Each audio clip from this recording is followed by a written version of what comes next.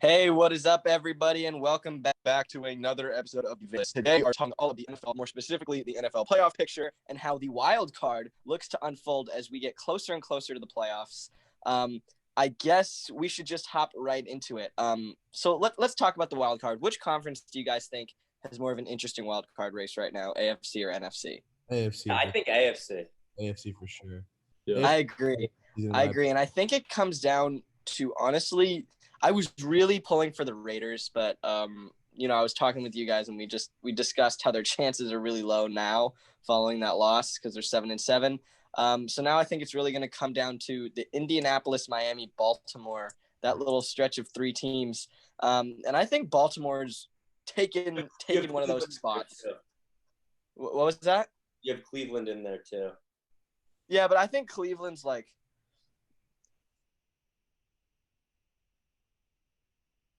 more locked than those other teams. I don't know how, just how I'm seeing the NFL landscape.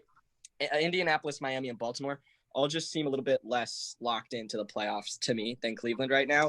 And I think Baltimore takes one of those 6 or 7 seeds just because, they got the reigning MVP. They have that experience. They have a good coaching staff. It's a well-run organization. I think Baltimore sneaks into the playoffs. And I don't really know who falls out. Could be the Colts, depending on how Phillip Rivers and Jonathan Taylor and all of them last the rest of the season, or it could be Miami. But I know we got some Miami fans in here, so I'll let you guys talk about that. How you want to talk about that? All right. I'll talk. I mean, obviously, I'm a strong advocate for the Dolphins, and I looked at a little a figure the other day. So the Miami Dolphins, they win out, they make the playoffs. That's not the easiest task always, though. We got Raiders, Patriots, and Bills to go. Those are all three very good teams, especially the Bills to close it off would be incredibly difficult. And then you look at other scenarios if they lose one of those games. If they lose 2, it's practically over. If they lose 1, the Ravens would need to just lose 1 game, and they're in the playoffs. Colts and I believe Browns, if either of them lost 2 games, we would also automatically be in the playoffs if we only drop 1. Dolphins are a very good team. They're picking up steam. I feel like the thing about the Ravens that scares me a little bit, though, is that I feel like they're starting to kind of come into a better form as the season gets closer and closer to the end. And we all know it's such an important thing to peak as you're going into the playoffs. So, I obviously will root for the Dolphins as a fan, of course, but the Dolphins really do have this in their hands. They have the destiny in their hands, unlike a lot of seasons in the past where when they're in the playoff picture, it's kind of like they're relying on something to happen for them out of their control. But it's all in their control now. We'll see. I honestly think if they don't win at least 2 of these games, they don't deserve to be in the playoffs. So we'll see what happens. I like their odds against the Patriots. I like their odds against the Raiders. And Bills, who knows if the game will even matter by the time we get there. We will see. Okay, Joe, the only thing is the Raiders, let's not sleep on the Raiders. That's a team that can win any game. They've beat the Kansas City Chiefs this season. The Bills, we've seen them. We've seen, Stephon Diggs sort of emerge into his full form. We've seen Josh Allen take that next step. We've seen this defense get better throughout the season. And the Patriots are no laughing matter either. Very well coached. They have their flaws, but they are a team that can win any Sunday. And then when you look at the Ravens matchups, we have the Jaguars, the Giants, and the Bengals. And that sounds a lot easier to me. That just sounds like a lot more realistic a path to me, because do we see the Jacksonville Jaguars beating the Baltimore Ravens? No, we don't. Do we see the New York Giants? What's that, Andrew? One thing about the Ravens is they are perfect against imperfect teams. So yes, they can't beat good teams. That's their problem. But luckily for them, they have 3 really below average teams to finish out their season, except the Giants have been all right this year, considering how, the NFC East has turned out. But I just think that it's unfolded in such a way that Baltimore has the easiest path in the playoffs. Now, of course, I would like to see Miami sort of make that leap, because Tua is so entertaining, and it's a team that wasn't great last year, and they have this sort of comeback story. And for some reason in Madden, I always get drafted there on my face of the franchise. So I got some love for the Dolphins, but I just think that I don't know. I think that the Ravens take this one just because of matchups, and because I trust Lamar to close out the season more than I trust Tua. I know Joe disagrees, but Jacob, you're a Dolphins fan. Andrew, Theo, you guys both watch too. Joe, whatever you want to say, I'd love to hear your thoughts on all that. I am a little bit skeptical to even. I mean, like, I do have confidence in the Dolphins, but after seeing Lamar last game, like, I was actually ripping my hair out watching that game because I wanted the Browns to win so bad. It would have made a huge difference to the playoff picture. Yeah, I mean, the one thing I see about the Ravens schedule, obviously we're in the NFL, and I've always said this before, it's hard to win games. Like, even if it's an easy opponent, it's never a game is never given to you. So that we got to keep that in mind. And also looking at things, the Ravens are going to be playing the Giants in the second game of their 3-game stretch. The Giants have a decent defense, and they've been playing decently well as of late. Their last week wasn't the best, but before that, they were on a 5-game win streak. But, I would really like to see possibly the Giants upsetting the Ravens that week and really making a big difference for the Dolphins in the playoffs. Yeah. I mean, and I think that's possible too. I think the Giants have had obviously their up and downs, but yeah, like you said, Joe, they have a solid defense. Their offense is lacking in a few areas, obviously, but I think Lamar has been pretty inconsistent this season. I don't know if it's fair for me to say that. I don't know if you guys agree, but I think he's had games where, for example, like Joe was saying against the Browns, he looked amazing, but games they couldn't pick one out where he did not look like the MVP from last year. So, do you think that's just because defenses? Sorry, I don't mean to interrupt. Do you think that's because defenses are adjusting to his style and sort of forcing him to settle into that quarterback role, which is maybe not his strength as much? Because a lot of the good stuff we saw against the Browns was on his feet. He threw still under 200 yards, even though he had a great game. So are we just seeing Lamar's passing being exposed a little bit and the inconsistency there? Or, I mean, I don't want to get into a full autopsy of the season since we're talking about wild cards, but I definitely think that's a legitimate thing to bring up here. Theo, great point. Yeah, no, that's definitely, I agree with you on that one. I think that when he can run the ball and when he's successful in that, that's when they win games. And against the Browns, that was obviously very, very much possible. But the Giants, I don't know, their defense from when I've watched their games is pretty good against the run. Not so great against the pass, but I think Lamar's passing, as you said, can be interrupted and messed with. And if it's done in the right way, then it really makes a big difference in the game. So, yeah. Yeah, and to go back, I think what's something that's going to be really exciting to see from week 15 to 17 is, as much as I love what Brian Flores and the Dolphins are doing, they are playing tougher teams than the Ravens, like we just said. But going to that Raiders game next week, I'm really excited to see what happens in Las Vegas because we know Derek Carr is probably not going to be there this year. And it's kind of a 3-week test for Marcus Mariota to see if he's going to be their quarterback for the future. Do you guys think he could be their guy? No way. I think Carr is so much better than Mariota. I think Carr is perennially one of the most slept-on quarterbacks in the league, and I don't think that they're going to replace him for Mariota within the next 5 years. I just don't. They're not re-signing Carr. Everyone agrees they're not re-signing Carr. I think he's a. You think? Yeah. They played really well. He played really well in that game, though.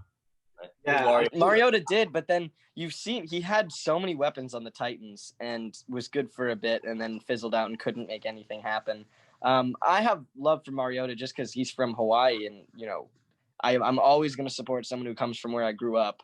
So I hope, and with the Raiders, that would be because there's a ton of Raiders fans in Hawaii. So it would be kind of a good overlap. But so I'm optimistic. Hopefully that happens. But I'm not sure. I'm not sure. With what we've seen from Marcus Mariota after one good game, I'm not ready to say that he's their quarterback of the future. Jacob, what were you gonna say? Yeah, I just wanted to say that, like, I don't think you can even attempt to, just Marcus Mariota will not be the quarterback for the Raiders. There's no way because, there's one thing that you need to do in that division, and that is to beat the Kansas City Chiefs. And they've done that. They've shown that they have a formula. They're so close. They just need to, honestly, I think they're 2 or 3 pieces on their, on the defensive side of the ball away from really being able to compete against the Chiefs every single week. And so I don't think after a year like this, I don't think that you just kind of tear that down and try to. Yeah, I'm so confused. So where is this not at all gonna sign Carr back coming from? Is that just something that's been a narrative that's developed? Like I don't understand. Why wouldn't they consider bringing him back? Yeah, no, I haven't heard of that either. Andrew, do you have any input on that? Like, where are we hearing this Carr's gone kind of? I actually saw it this morning on the the ex punter for the Colts, Pat McAfee. Pat McAfee, love that guy. It's concerning that in John Gruden's last 9 years of coaching, he's only made the playoffs twice. And I think it shows, one, that he's way better on Monday Night Football. And two, we don't know. I don't know if Derek Carr's the guy. I know everyone says he's underrated, but he hasn't really brought them to the next level. They're just like an 8-8 team to me. Dude, no. See, we've seen Carr be extremely accurate all season. He's been one of the most accurate quarterbacks in the league.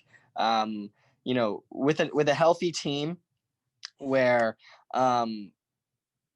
where you have Josh Jacobs and Henry Ruggs and Hunter Renfrow and Waller, and there's a lot of weapons. And if Carr just throws with confidence, from what I've seen in the past 2 to 3 years, he can get it done. And I don't buy this narrative that they're an 8-8 team capped with Carr. I think Carr is easily capable of having an 11-5, 12-4 team if and they are coached well if the defense can get their act together like the offense can and they play consistently. Quarterback. That's the thing to me. He's not a $25 million quarterback. And maybe the Raiders say, I'd rather have Mariota for 8. Yeah, I guess. But why would the Raiders say that? They just moved to Las Vegas. They're not trying to just be mediocre. They're going to take a risk to be the better franchise. They're not going to be like, oh, we're going to think about our cap room this season because this is our third season in Vegas or second season in Vegas, and we want to be completely average again and do worse against our division. They're not going to say that. I just don't see that as an actual thing that's happening.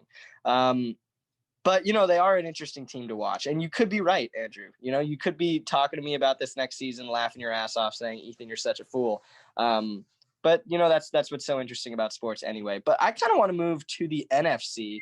One of the most interesting, wild card teams is one that you wanted to talk about, Andrew. So I'll just hand it off to you. Yeah, I want to talk about the Minnesota Vikings. Obviously, they're 6-7, but so the 5 seed's going to either be the Rams and Seahawks, and the 6 seed's probably going to be the Bucs. But the 7 seed, you have the Cardinals, the Vikings, the Bears, and the 49ers and Lions all kind of fighting for that last spot. Giants kind of, football team kind of. But to go back, I think the Vikings play the Bears at home this week, which I don't think should be too hard. And then in New Orleans, which will be a tough game, and then in Detroit. But the most important thing I want to think about is last week against the Tampa Bay Buccaneers, the Vikings beat the Buccaneers in time possession by 20 minutes, but there were a lot of defensive pass interference calls and a lot of holding calls that kind of changed the narrative of the game. And I really think that if the Vikings win the next 3 games, which obviously will be an uphill battle, all they need is the Cardinals to lose one of the next 3 games. And I think it's very possible to see, especially with the Bears and Lions. The only big challenge I think will be the Saints game. What do you guys think?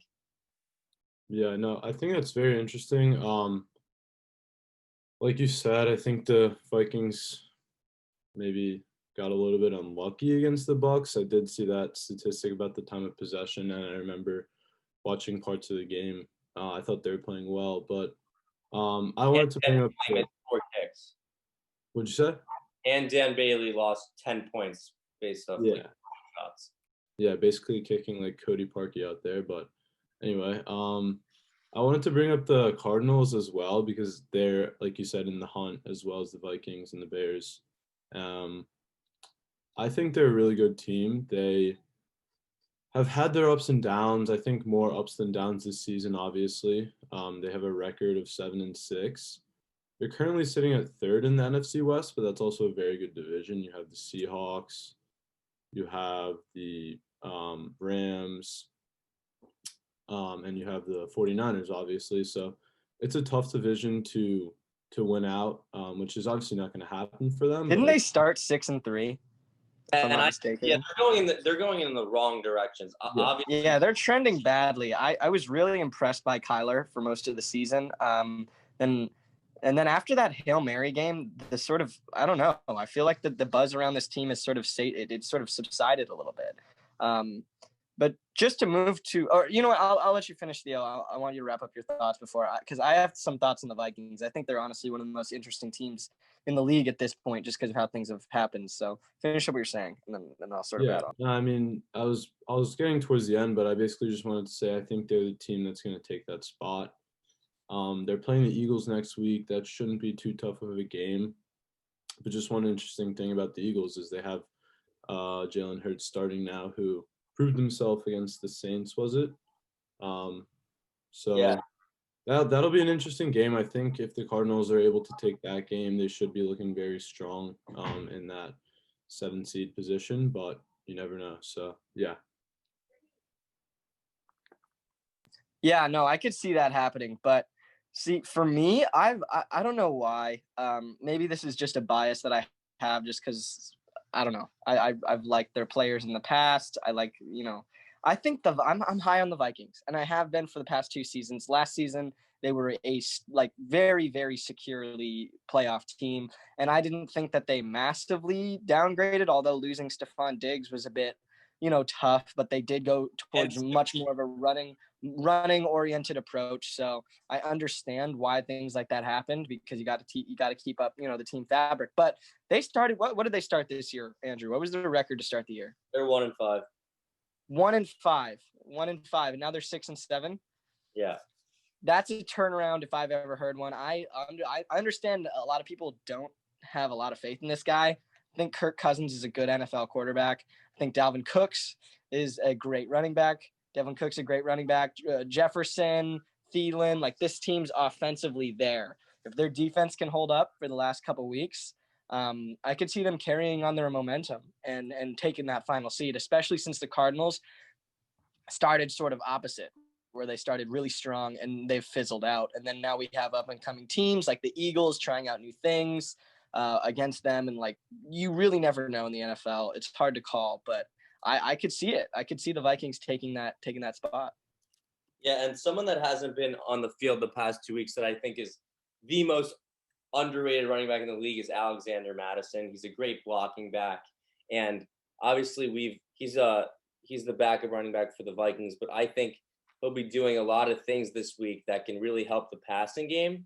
And in addition, there were a lot of defenders that were lost last year, and it looks like the Vikings are starting to really gel defensively with a lot of young corners when you have Jeff Gladney and Cam Dantzler. But to go back to a team that we talked about before is the Bucs, and Jacob wanted to talk about them. Yeah, so I will talk a little bit about the Buccaneers. But first, I just wanted to wrap up on the Vikings. I've watched some of those games recently, and I agree with Ethan. They've really turned it around. But even in the past couple of games, they cannot stop shooting themselves in the foot. Like whether it's like a botched like punt return or leaving 10 plus points out on the field, like from your special teams unit, like these issues, like they're not what makes a team great. And they're going to have to shore up those issues if they want to try to steal that 7th playoff spot. And luckily, like the NFL's, playoff changes like actually give them an opportunity to play winter football. They got to fix some things, because these issues, like you just can't shoot yourself in the foot like that, and that's not going to win games. So just moving forward, I want to talk about the Buccaneers. Obviously it's probably the most hot topic team coming into the offseason. Obviously Tom Brady moving down to Florida. And I think that they're primed to make a good run in the playoffs. And I think that, the dust kind of has settled since the Antonio Brown, acquisition. There was a lot of noise throughout the year that I think, might take away from how they're playing on the field. But I'm really excited to see what they can do once that, there's there's a lot of pressure on the line, and we know how Tom Brady reacts to that. So I'm excited to see them make a run. I think if Tom Brady makes another run, his legacy is just that would honestly be probably the most entertaining thing that could happen. Even though like we're tired of watching Tom Brady win, I just feel like it would be so incredible to watch the Bucs make a run and go to the Super Bowl and play the Chiefs. Oh my God. The league That would would have be a field day with awesome. that. Everyone's saying like the Chiefs are the lock in the AFC. Like they're obviously great, but they're the best team in the AFC by a mile, dude. They threw 3 interceptions to a great up-and-coming team that played great defense, and they still won. How are you going to stop them? I don't know if you guys agree, but I feel like their defense is mediocre at best. Their defense doesn't need to be good. It needs to be serviceable. All they have to do is get like 2 stops in a game, and then they'll win because they're not going to get stopped like 3-4 times in a game. They're just not. Patrick Mahomes is that good. Kelsey is that good. Hill is that good. They have Le'Veon Bell, if we're forgetting. They have real quick. It's just such a stacked team. What do you think? Like, which team can you see beating the Chiefs? Like, can any of you guys name a team? I mean, I know for me at least, I would say the Bills. I think that Josh Allen can. I would say Buffalo too. I think that's the only team. I think Are we talking AFC wise or in the whole NFL? I was saying AFC. Okay. I think any team can beat them if they can just if they just get lucky enough to have the offense stall in production for a certain amount of the game. Like the Broncos were giving them a run for their money in that one game just because of the fact that they were stalling their like offensive production. Here's my thing. I think there's I could see the Bills beating the Chiefs in a tough game, as Jacob said. I could honestly see the Bucs beating the Chiefs just because of how that last game went, the Tom Brady versus Mahomes narrative. Like, never going to count Tom Brady out in a game like that where it's all about legacy-defining stuff. He will come alive. I could see, I would have said Seattle earlier in the season, but I'm not 100% sure. Maybe the Saints with a healthy Drew Brees or Tennessee on a good day can beat anybody. But other than that, I don't really see. Stephen A. Smith was talking about Cleveland as the biggest threat in the AFC. I think it's either the Bills or the Titans, because I think Pittsburgh's a bit overrated. And then in the NFC, I think Green Bay honestly could take them. A healthy Saints team playing at the top of their potential could take them, and I think Tom Brady, because he's Tom Brady, could give them a run for their money. But I think right now that they're the best team in the league. That's not really questionable, and I think they have a favorable matchup against pretty much every team. Yeah, I just wanted to bring up something really quick. How much of a fluke the Steelers are. Like, I don't know how they're 11-2 right now. Like, they have this awesome defense. They have a Super Bowl team defense, but their offense is not great. And like they clinched the playoffs already, but I don't know. For me, they don't do it. They're not the team I see beating the Chiefs, and realistically, I don't see them honestly going very far in the playoffs. What are you guys' thoughts?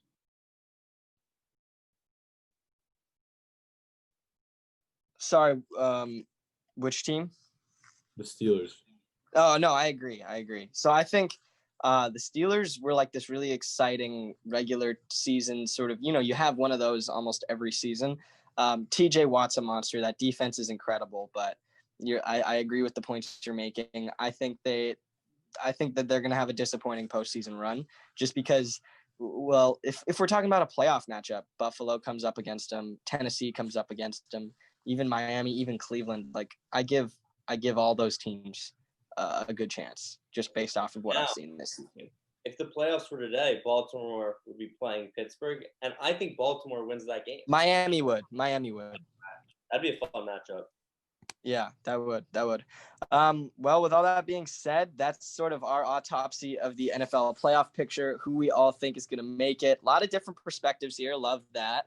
But thanks for watching another episode of the Vandy Blitz. Next episode, we are going to be doing our NBA season standings before the season starts on the 22nd. So that should be a real fun one. It's really nice to talk about that stuff before the season starts, get our predictions down, then we'll revisit that after the season. But make sure you subscribe. Thanks again for listening, and we'll talk some sports with you guys next time.